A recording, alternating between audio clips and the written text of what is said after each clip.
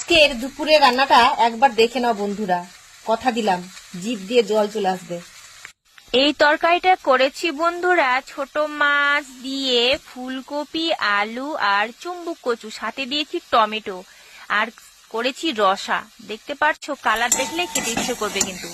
তারপরে চচ্চড়ি, দেখো চচ্চড়িটা আমার প্রায় হয়ে গেছে। চচ্চড়ির জন্য নিয়েছি ছোট মাছ, বেগুন, ফুলকপি ডাঁটা আর পুঁই শাকের ডাঁটা। তো তোমরা যে কোনো সবজি নিয়ে করতে পারো।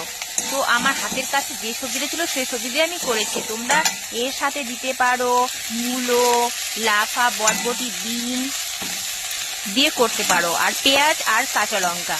ঠিক আছে, কিন্তু বেগুনটা অবশ্যই নিতে হবে, এই চচ্চড়ি করার জন্য বেগুনটা অবশ্যই লাগবে। তো আমার প্রায় হয়ে এসেছে, মাছও দিয়ে এসেছি।